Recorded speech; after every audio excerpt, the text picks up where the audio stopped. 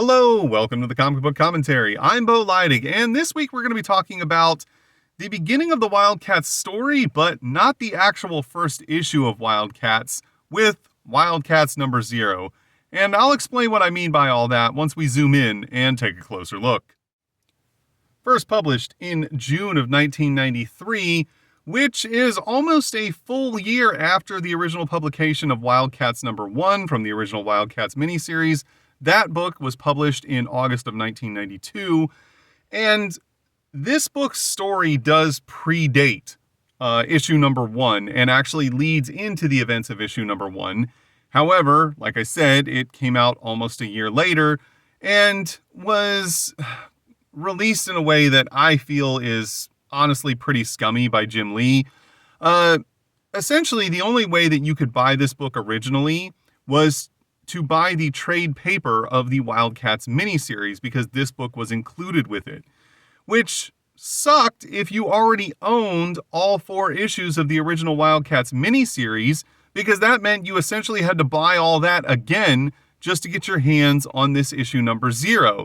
Now, obviously, from the standpoint of making more money, I'm sure it worked well for Jim Lee, but it's kind of exploitative in terms of, forcing people to buy something they already had just so that they could get their hands on the issue number 0 to kind of like get the complete run of the Wildcats books, especially considering at this point in time, as I'm recording this in September of 2024, getting your hands on a Wildcats number 0 shouldn't cost you more than like $2 at any store you're going to find this in the back issue boxes of.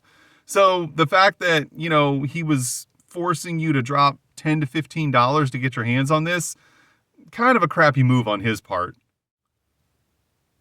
Brandon Choi, Jim Lee, co-creators, story. Brett Booth, pencils. Alex Garner, inks.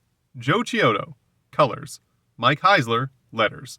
The story starts out in Manhattan inside of the Halo building, which is owned by Jacob Marlowe, who is now a multi-billionaire with transnational interests. However, just 2 years prior to this, he was a homeless alcoholic living on the streets until he was found by none other than Void, who told him that he was actually the Lord Emp and that he was going to be instrumental in preventing basically the overthrowing of the world by an alien race and would kind of wind up being one of the saviors of humanity.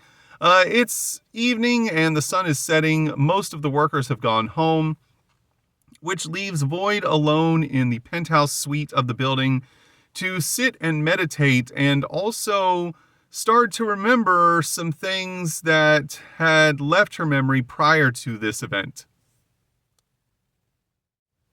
As we see a close-up of Void meditating with her eyes closed, she drifts into the memories of her former life, which it turns out back in July of 1980, she was actually a Soviet cosmonaut who was stationed on the Mir space station Pustoda. We see her here. Her name prior to becoming Void was Adriana Tereshkova. She and the rest of the cosmonauts on the station are panicking as they pick up a object hurling towards the Earth that suddenly changes course and heads directly for their space station. Adriana tries to institute evasive maneuvers to avoid the collision, but they can't move fast enough, and unfortunately the object strikes the space station and destroys it instantaneously, blowing it into thousands of pieces. As all of the lives on the space station are assumedly lost, we see all the debris hurling towards the Earth being pulled in by the Earth's gravitational field, and all but one piece of it burn up within the Earth's atmosphere.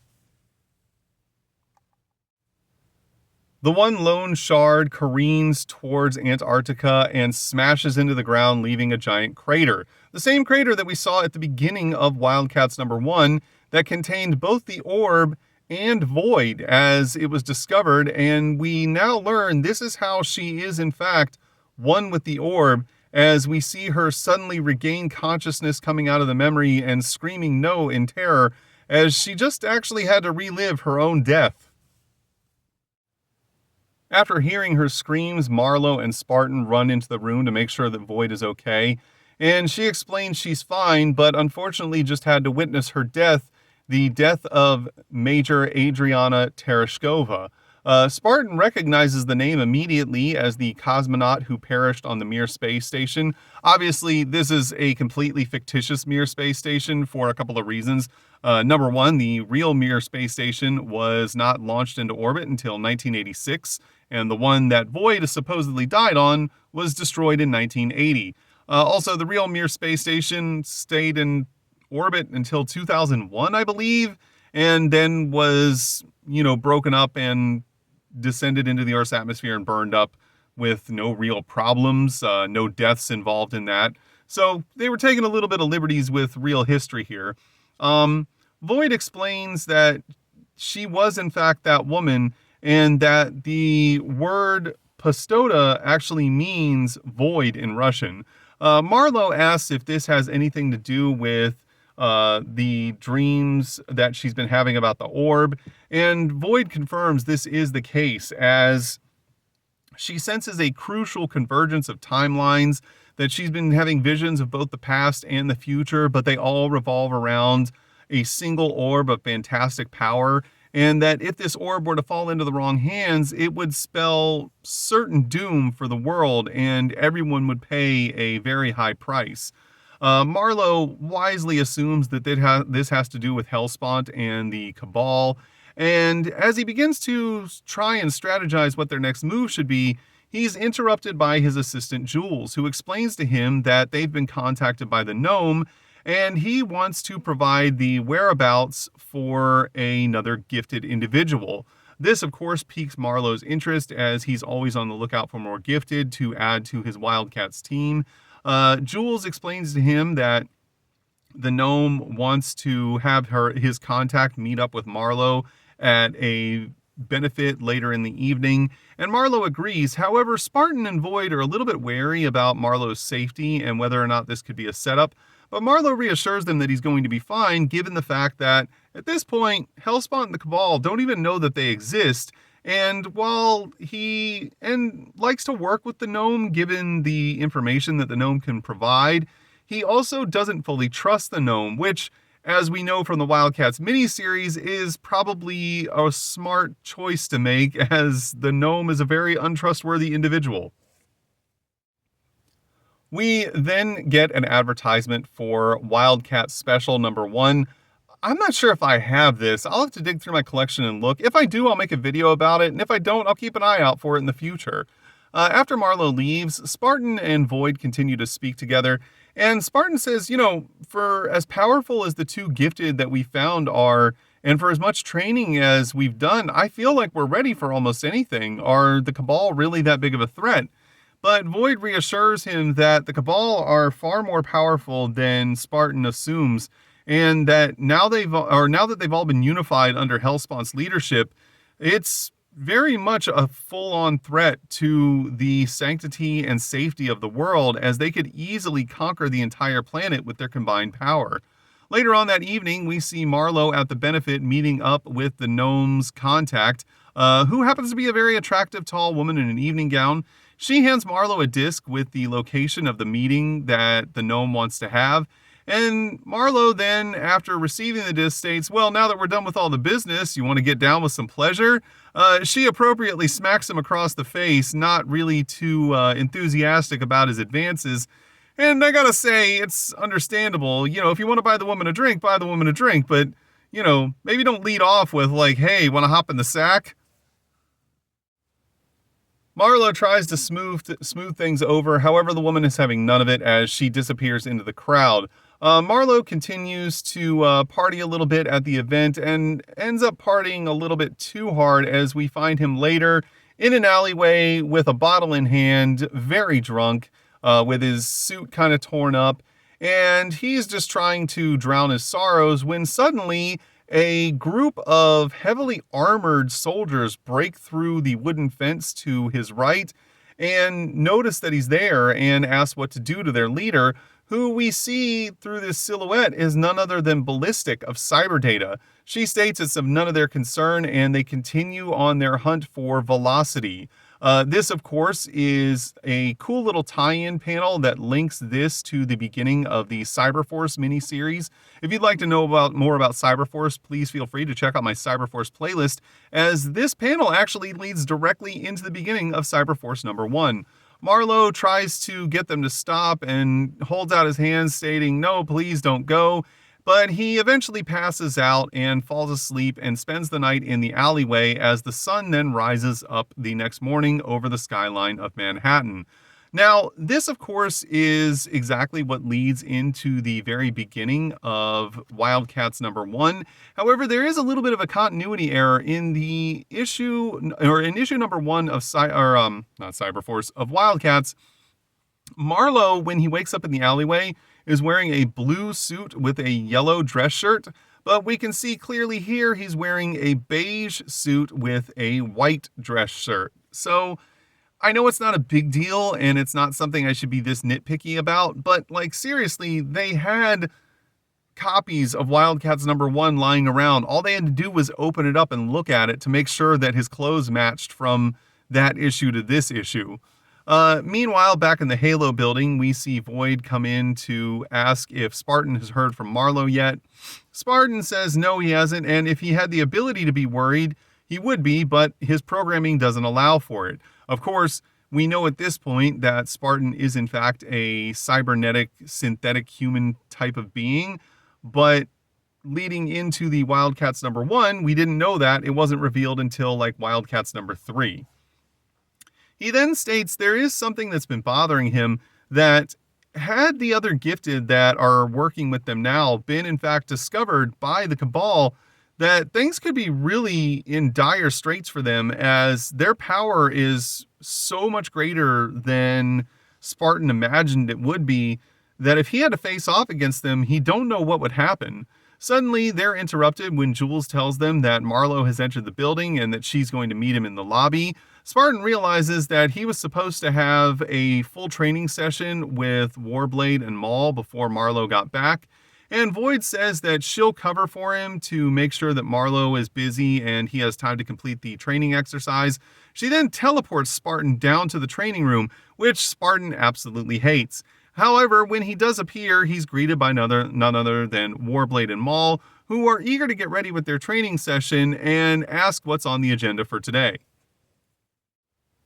Spartan explains that they're going to be facing off against a full barrage of battle droids. As they jump into the fray, we see Maul start to rip one apart, and Spartan tells him to cover Warblade's back, but also to keep his size in check so that he doesn't lose control like before. This, of course, in reference to Maul's powers, as he can grow, and his growth increases his size and strength and durability. However, it diminishes his mental capacity greatly, and if he gets too big, he becomes a mindless monster. He then tells Warblade to keep his pace up and continue to slice through the battle droids, which he happily does. And he also tells him to put his temper to good use, kind of implying that, Warblade is a bit of a hothead, and he does unfortunately allow his emotions to get the better of him at some times.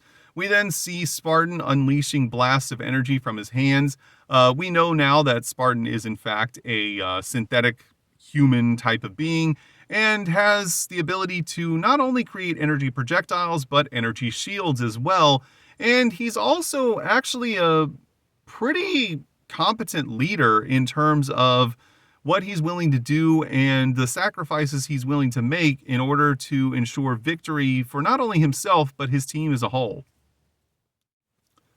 Spartan then tells the other two that this is the last round of droids, but that the safeties are turned off on these ones, and if the other two don't watch their back, they're going to be carried out of the training simulator on stretchers. We see the droids prepare for their final assault. However, Warblade, Spartan, and Maul are more than a match, as we see them quickly end the battle, blowing the droids up, piercing through them with their weird claw/blade hands, and Maul then grabs one by the neck and bites its head clean off. As the three stand victorious, really barely breaking a sweat and having almost no trouble with the best that the simulator can throw at them, Warblade actually starts to complain, asking, hey, when are we going to finally get out in the field and fight some varsity battles? Spartan tells him that according to what Marlowe's found out, it may happen sooner than he thinks, and tells them to stay here in the training facility, but to be at the ready as he's going to be back later on to do another training exercise with them. However, Warblade's not too happy about this and is like, hey, so I got to babysit this dinosaur again? Maul, of course, takes a little bit of objection with being called a dinosaur and spits out one of the bolts that was in his mouth, plunking Warblade in the side of the head. Of course, by nature, Warblade does not take kindly to this at all and completely flies off the handle and states, you want to do this, let's go, big man, I'll cut you up. However, that's not necessarily the best course of action that he could have been taking in this instance. Maul then decides that he wants to teach Warblade a lesson as we see him suddenly increase his size and strength to become very large, and then tells Warblade, how about we play a game called Tag, You're It, as he punches Warblade directly into the ground. This, of course, is the beginning of the fight that we saw the end of in Wildcats number 1. We see on the outside of the training facility a slew of comic book fight words as their battle rages on. Meanwhile, elsewhere, we see Alberto Cassini, who is in the middle of selling secrets that he has gained from none other than Hellspawn and the Cabal to the Gnome for large sums of money. This, of course, confirms what we saw happen in issue number 1 of Wildcats, when Cassini was in fact killed by Pike because Hellspawn rightfully concluded that Cassini was in fact double dealing under the table and selling them out for huge profits. The Gnome is happy to do business with Cassini and asks Cassini where the location of the next gifted is. He tells him it's in a place in Washington, D.C., a strip club called the Hot Spot. And before the conversation continues, a alarm is tripped, and the Coda warrior, who is the personal bodyguard of the Gnome, states that there are intruders, and the Gnome believes that there's going to be a real hard battle coming in, as he believes that there are spies who are out to get him and undermine his plans, and he tells the Coda to jump into action and defend him. As it turns out, the alarm was tripped by none other than Grifter and Zealot, as they were eavesdropping on the conversation and hoping to get the jump on everyone. Unfortunately, their cover's been blown, and the Coda assassin decides that she's going to attack. Grifter asks Zealot what they should do, and Zealot says that she's going to fight everyone on her own, while Grifter goes and makes contact with the next gifted one. However, Grifter states that that's a terrible plan and that the two of them need to stick together, and Zealot reluctantly agrees. The two of them start to retreat back down the, tunnel that they came in through. However, they're cut off by none other than Slag, who is a member of the Triad. They're surprised that he's alone, but then they discover that he's not alone, as they're being flanked by Attica and Harm. And I still maintain that Harm is the dumbest name for a mercenary assassin droid. It's so stupid. Grifter realizes that they're kind of stuck between, quite literally, a rock and a hard place, and wonders what their next move should be. Never to stray from a battle, Zealot immediately states, "We fight to the death," as she plunges both of her katanas straight through Slag's body. Surprising she was able to penetrate his outer rock skin with just 2 steel swords. She then grabs Grifter and says that the plan has changed and that she's going to fight the Triad on her own, while Grifter goes and finds the last gifted. He tries to protest, however, before he can, she grabs him and throws him back out through the tunnel that they originally came through, as we see the members of the Triad start to slowly surround her.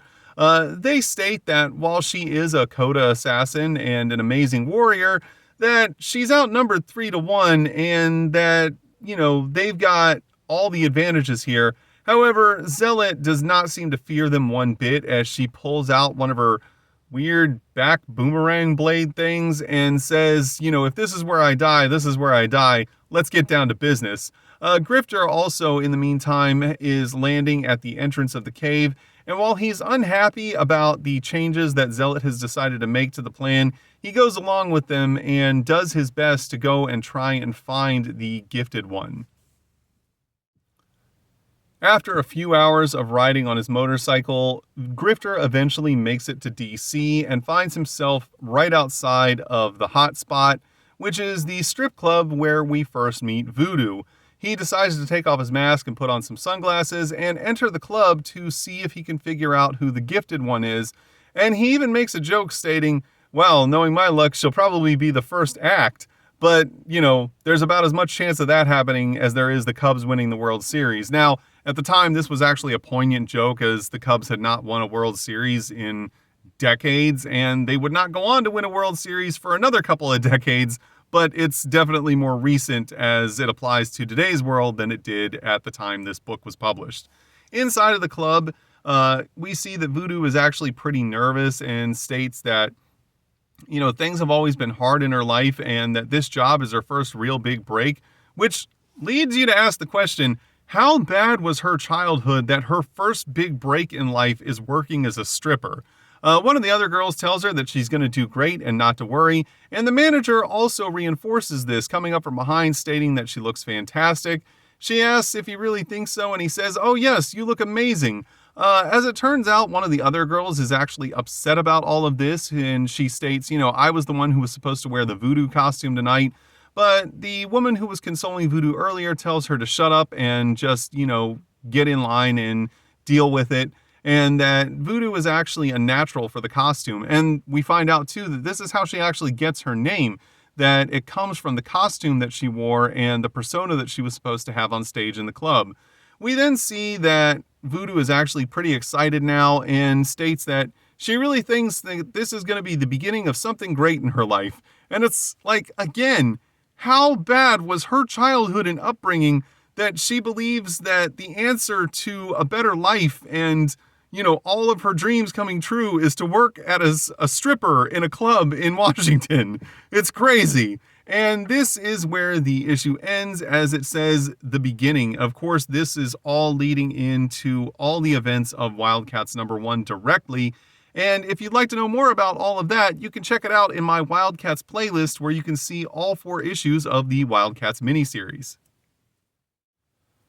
We then get to Call of the Wild, which is the letter section for the Wildcats books. There's only 2 letters. Both of them are just giving a lot of praise. There are some questions brought up, but actually all of the questions that the people asked in these letters are basically answered in this issue. And on the reverse inside cover, we get an advertisement plus a cutout mail-away form for Club Homage, which was kind of a fan club for Homage Studios, which would give you sneak peeks and inside stuff about Jim Lee and Willis Portacio and Mark Silvestri and the other people working at Homage.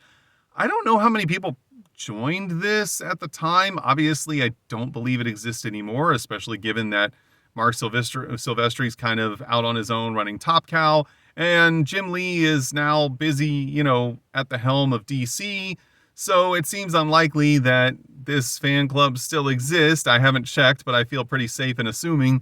But I am wondering, if you were a part of this fan club, what exactly did you get for your money? And what was the benefit of being part of the Homage Club? Maybe you know, maybe you don't, but if you do, feel free to talk about it in the comments below. I'm very curious.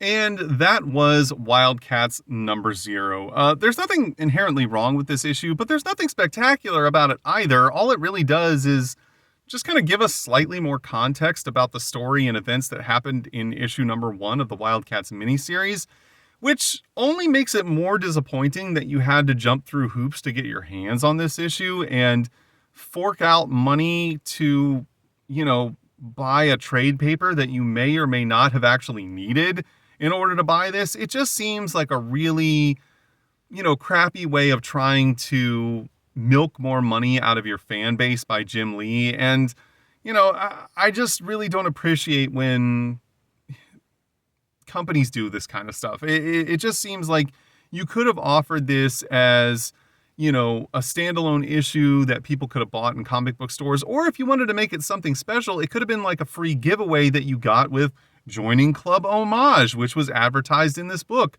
or perhaps like some sort of special mail away type of thing. But to make it that you had to go out and buy potentially an entire trade paper of a miniseries that you most likely already owned in order to get your hands on this book was just really a crappy way to go about it. But then again, those are just my opinions. Your opinions may be that Jim did nothing wrong and it was perfectly acceptable for him to try and force people to buy a trade paper that they probably didn't need. But if that's the case, it's okay because everyone's entitled to their own opinions. If you enjoyed today's video, please feel free to like, comment, and subscribe. And thanks for stopping by. Have a great day.